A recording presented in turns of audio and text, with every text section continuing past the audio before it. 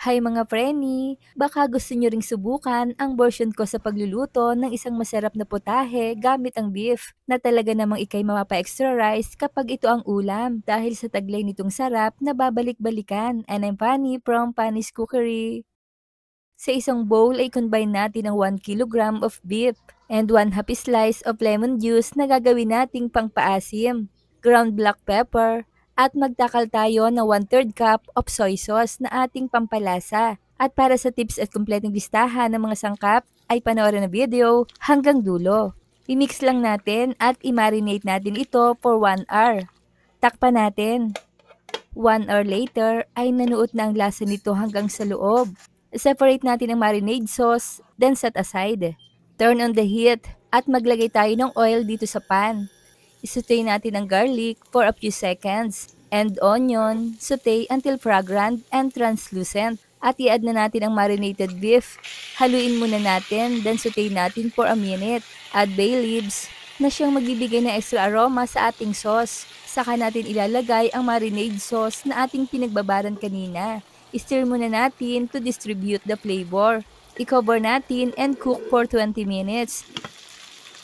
Stir occasionally to prevent burning. Saka tayo maglalagay ng 3/4 cup tomato sauce. Haluin natin to combine at maabsorb na rin ng karne ang sauce. At kapag naabsorb na nga, ay maglagay tayo ng 2 cups of water na tamang kapantay lang ng karne para mas mabilis kumulo. Tapos maglagay tayo ng beef broth cube. I-stir natin to dissolve. Cover natin and cook for 40 minutes to 1 hour or until the beef is tender. Mag-add tayo ng water if needed. Ilagay natin ang patatas. Haluin muna at isimmer natin for a minute. Mag-add ng red chilies kung nais nyo rin ay may anghang.